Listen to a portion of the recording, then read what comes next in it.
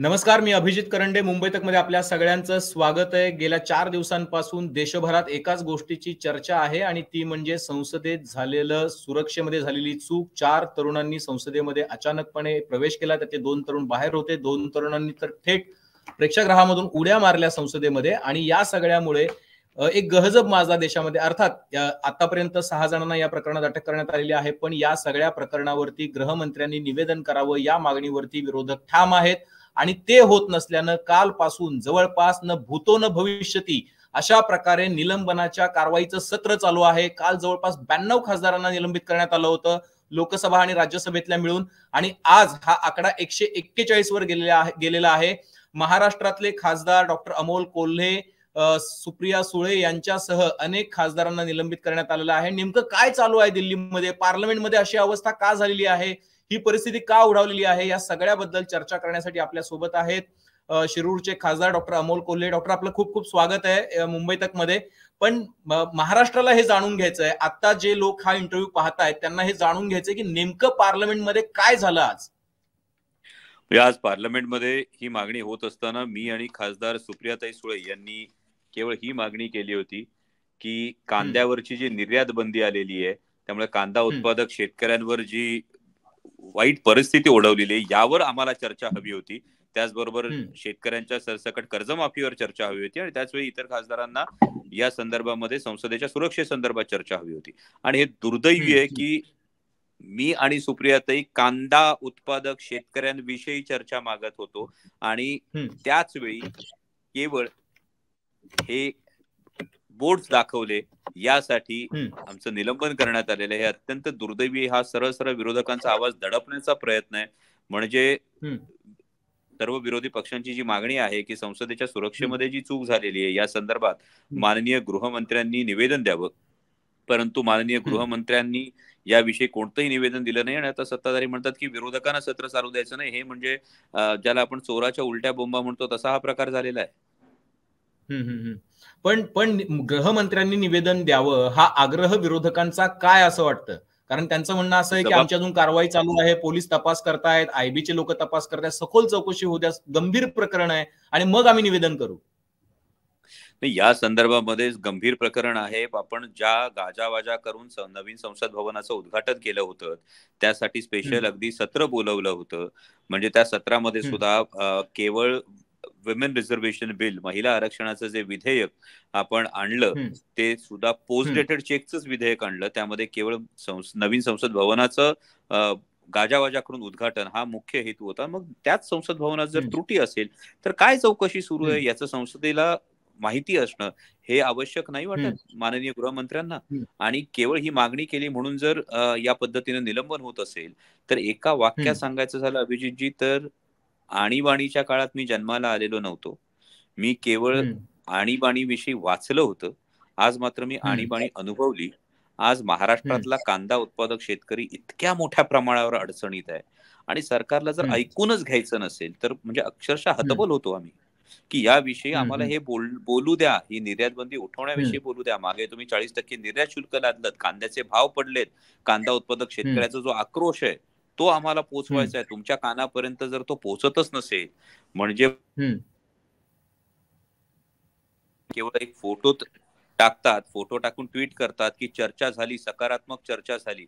झालं काय पुढं? कांद्याचे भाव पडले त्याच्याविषयी कोण बोलणार? निर्यात बंदीविषयी नेमकं काय घडलंय? मागे सुद्धा 2 लाख टन कांदा खरेदी करणार 2410 रुपयांनी. हा 2410 रुपयाचा दर दिलाच गेला नाही शेतकऱ्यांना आणि 8-9 वर्ष कांद्याला दर नाहीयेत. तर मग सरकारला फक्त मन की बात करायची आहे का? त्यांना जन की बात ऐकायचीच नाहीये का? हे अनेक प्रश्न आज मनात निर्माण झाले. डॉक्टर, अजून एक महत्वाचा मुद्दा आहे की या सगळ्याला सुरुवात जी झाली ती गृहमंत्र्यांच्या निवेदनाच्या आग्रहावरून झाली. तुम्हाला काय वाटतं की ही जी मुलं आहेत, आपल्या लातूरचा एक मुलगा आहे अमोल शिंदे, एक पश्चिम बंगालचा मुलगा आहे, कर्नाटकचा मुलगा आहे, या मुलांनी संसदेमध्ये अशा प्रकारे प्रवेश केला, किंवा एक हरियाणाची मुलगी आहे जी 37 वर्षांची आहे, जी नेटसेट PhD आहे, अमोल आहे, त्याला पोलीसमध्ये भरती व्हायचं होतं, त्याचं वय निघून चाललं होतं म्हणून तो फ्रस्ट्रेट. ही मुलं अचानकपणे संसदेत आली आणि एक सुरक्षेत चूक हा एक मुद्दा झाला आणि या मुलांचं म्हणणं ही यातली कुठलीच गोष्ट समोर येत नाही. काय वाटतं तुम्हाला की नेमकं काय प्रकरण आहे की जे लपवलं जाते किंवा जे सांगितलं जात नाहीये, तपास अधिकाऱ्यांकडून पण नाही, गृहमंत्र्यांकडून पण नाही, आयबी कडून पण नाही, कुठलीच माहिती यांच्याबद्दलची समोर येत नाहीये. कदाचित मला असं वाटतं की या सर्व तरुणांचं जे काही म्हणणं होतं, त्यांनी जो मार्ग निवडला, त्या मार्गाविषयी चर्चा होऊ शकते. तो मार्ग चुकीचा आहे हे याविषयी दुमत नाही. पण त्यांचं जे म्हणणं आहे ते म्हणणं तर चुकीचं होत नाही. म्हणजे त्या सगळ्या तरुणांचं जे म्हणणं आहे, बेरोजगारीचा जो इतका ज्वलंत प्रश्न आहे, आज आपला जगातला अत्यंत तरुण देश आहे. जगातली सगळ्यात मोठी लोकसंख्या आहे, त्यामध्ये तरुणाईची संख्या फार मोठी आहे. या तरुणाईच्या मनगटात रग आहे, पण त्याच्या हाताला काम नाहीये. मग कदाचित ही गोष्ट पटलावर येईल की काय? आणि माननीय पंतप्रधानांनी 2 कोटी रोजगार दरवर्षी देण्याचं जे आश्वासन दिलं होतं, या आश्वासनातला फोलपणा हा संसदेच्या पटलावर सगळ्यांसमोर येईल. यामुळे तर सरकारनं या सगळ्या चर्चेतून पळ काढला नाही ना, हा एक फार महत्वाचा मुद्दा आहे यामध्ये. नाही, अत्यंत महत्वाचा मुद्दा आहे. तुम्ही आता देशभरामध्ये हे सगळं वातावरण पाहता आहात, लोकसभेमध्ये आवाज उठवता आहात. बेरोजगारीचा मुद्दा हा किती ज्वलंत आहे असं आपल्याला वाटतं. तुम्ही आता तुमच्या मतदारसंघामध्ये पण फिरताय, महाराष्ट्रामध्ये पण तुम्ही राष्ट्रवादीसाठी वेगवेगळे कार्यक्रम करताय. टू दी पॉइंट आता नवीन कार्यक्रम तुम्ही चालू झाला. याच्यामधून काय तुमच्या समोर काय आलेलं आहे? तुम्ही फिरताय, तरुण काय सांगतायत? यामध्ये बेरोजगारीचा हा मुद्दा अत्यंत महत्वाचा आहे. सरकारी नोकर भरतीचा मुद्दा अत्यंत महत्वाचा आहे. मध्यंतरी सरकारनं केलेले कामगार कायदे आहेत. या कामगार कायद्यांमुळे तरुणांच्या जे एक परमनंट नोकरीचं स्वप्न असतं, हे नोकरीचं स्वप्न खरं तर भंग पावलंय. अनेक ठिकाणी फक्त कॉन्ट्रॅक्च्युअल ही भरती केली जाते. अगदी सरकारी नोकरी मध्ये सुद्धा सगळीकडे कंत्राटी नोकर भरतीची पद्धत ही सरकारनं सुरू केलेली आहे. असं असताना इतक्या मोठ्या संख्येनं जी तरुणाई देशात आहे, महाराष्ट्रात आहे, या तरुणाईच्या आशा आकांक्षांचं काय? म्हणजे हा एक फार मोठा संपूर्ण तरुणाईच्या मनात तयार झालेला आहे आणि याला सरकार कुठेही उत्तर देत नाही. यामध्ये कुठेतरी विषयांतर करणं किंवा कुठेतरी वेगळ्याच विषयांकडे डायव्हर्ट करणं, कधी धर्माच्या नावावर करा, कधी जातीच्या नावावर करा, पण या सगळ्या गोष्टींनी ही जात किंवा हा धर्म पोटाला चिकटवून फायदा नाही. या सगळ्या गोष्टींनी रोजगाराचा प्रश्न सुटणार नाही. आज जर आपण अर्थव्यवस्थेचे जेव्हा डिडीम वाजवले जातात, नगारे वाजवले जातात, त्यावेळी ही गोष्ट नाकारून चालणार नाही की देशातली 90% संपत्ती केवळ 10% हातात एकवटली आहे आणि बाकी 90% हातात जेमतेम 10% संपत्ती आहे.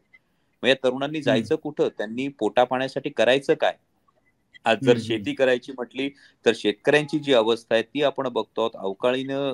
अवकाळी पावसानं कधी नाडलं जातं, दुष्काळानं कधी नाडलं जातं, शेतमालाला भाव मिळत नाही. टोमॅटोला 4 पैसे मिळायला लागले तर सरकार घाईघाईने नेपाळवरून टोमॅटो आयात करतं. कांद्याला भाव मिळायला लागले तर 40% निर्यात शुल्क लागतं, निर्यात बंदी लागतं. सोयाबीनची ती परिस्थिती, कापसाची ती परिस्थिती. मग तरुणांनी रोजगाराच्या संधी शोधायच्या कुठं यावर सरकारनं काहीतरी सांगायला हवं. म्हणजे देश फक्त महाशक्ती अमृतकाल असे गोडवे गाऊन किंवा असे फ्लॉवरी वर्ड्स वापरून तरुणांचे प्रश्न सुटत नाहीयेत. यामुळे महाराष्ट्रातला देशातला तरुण हा अस्वस्थ झालाय. हे चित्र सगळीकडे समोर आहे. डॉक्टर, अजून एक महत्वाचा मुद्दा आहे की जेव्हा या सगळ्या खासदारांचं निलंबन झालं आज, तेव्हा सगळे खासदार बाहेर आले, संसदेच्या पायऱ्यांवरती आंदोलन चालू झालं आणि तिथे मला दिसतात दृश्यांमध्ये कल्याण बॅनर्जी आहेत आणि राहुल गांधी उभे आहेत, तिथे पलीकडे दानिश अली आहेत आणि अचानकपणे कल्याण बॅनर्जी यांनी उपराष्ट्रपतींची मिमिक्री चालू केली आणि त्यावरून आता टीका होऊ लागलेली आहे की ज्या पद्धतीनं त्यांच्या दिसण्याबद्दल किंवा त्यांच्या वाकून चालण्याबद्दल आणि मिमिक्री त्यांची ज्या पद्धतीने करतायत, ते संविधानिक पद आहे उपराष्ट्रपती आणि त्यांची अशी थट्टा उडवणं किंवा त्यांची अशी खिल्ली उडवणं हे विरोधकांना शोभत नाही किंवा हे लाजिरवाणं आहे, अशा पद्धतीची टीका होऊ लागली आता. नाही, संविधानिक पदाविषयी या गोष्टी नक्कीच आहेत, पण ज्या कारणास्तव खासदारांना बाहेर यावं लागलं तो मार्ग संविधानिक होता का? किंवा मागच्या काळामध्ये भारतीय जनता पक्षाच्या खासदारांनी जी भाषा वापरली ती संविधानिक होती का? किंवा ज्या खासदारांच्या पासवर हे तरुण आतमध्ये आले त्या खासदारांच्या चौकशीमध्ये नेमकं काय निष्पन्न झालं हे सांगणं गरजेचं नाही का? मग हे सगळं संविधानिक वाटतं का? म्हणजे मग भाजपचा असा प्रकार आहे की हम करे सो चमत्कार असा हा प्रकार सुरू आहे त्यांचा. डॉक्टर, अजून एक मुद्दा आहे की आता मी मगाशी काही नॅशनल आणि बाकीच्या टेलिव्हिजन्सवरती पण बघत होतो आणि एक महत्वाचा मुद्दा आता इथं समोर आला की गेले 3 दिवस झालं देशामध्ये गदारोळ आहे, देशाच्या संसदेमध्ये गदारोळ आहे आणि खासदारांच्या अशा पद्धतीनं निलंबन होतंय. पण ते लोकांमध्ये कुठे कम्युनिकेट होत नाहीये. लोकांना हे समजत नाहीये का? किंवा लोकांपर्यंत ही बाब जात नाहीये का? तुम्ही कम्युनिकेट करण्यात आपले खासदार किंवा विरोधी पक्ष कमी पडतोय का? त्यामुळे ती सहानुभूती कमी पडते का विरोधी पक्षाच्या बाजूने? अशी चर्चा चालू झाली आता. विरोधकांनी लोकांपर्यंत कम्युनिकेट करण्याचं सगळ्यात महत्वाचं जर कोणी दुवा असेल तर तो माध्यम आहे. आज अभिजितजी, आपण छातीवर हात ठेवून सांगू शकता की माध्यमांना किती स्वातंत्र्य आहे आणि माध्यमांवर किती दडपण आहे. मला पूर्ण खात्री आहे, अनेक आपल्यासारखे सगळे पत्रकार जे आहेत हे अत्यंत निर्भीड पत्रकार आहेत. आपली अनेकांची इच्छा आहे, परंतु आपले सुद्धा हात बांधले जात आहेत. ही वस्तुस्थिती आज जनतेला सुद्धा ठाऊक आहे. त्यामुळे ह्या प्रत्येक वेळी जर विरोधकांचा आवाज पोहोचवण्याचं सगळ्यात महत्वाची गोष्ट माध्यमं आहेत आणि या माध्यमांवरच जर एका प्रकारे एक वेगळं सावट असेल, एक वेगळ्या पद्धतीचं दडपण असेल, तर माध्यमं सुद्धा किती थेटपणे हे प्रश्न विचारू शकतात. म्हणजे गेल्या 3 वर्षामध्ये माध्यमांनी सरकार विरोधात घेतलेला एक महत्वाचा अजेंडा जर आपण मला सांगू शकलात तरी सुद्धा ही गोष्ट समोर येते. आणि ही मला सगळ्या पत्रकारांविषयी नितांत आदर आहे. आणि चर्चा होते तेव्हा आपल्या सगळ्यांची जी तळमळ आहे, आपल्या पत्रकारितेविषयीची तळमळ आहे, याचा मी पूर्णपणे आदर ठेवतो. परंतु शेवटी जी दडपण आहेत ही नाकारून चालत नाहीत. म्हणजे याचं एक उत्तम उदाहरण रशियाचं उदाहरण आहे. म्हणजे पुतीन सरकारमध्ये येत असताना ही माध्यमं कोणाच्या मालकीची केली गेली, याच पद्धतीनं देशातली सगळी माध्यमं ही मोजक्या मालकीची जर होत असतील तर जनतेपर्यंत आवाज पोचणार कसा?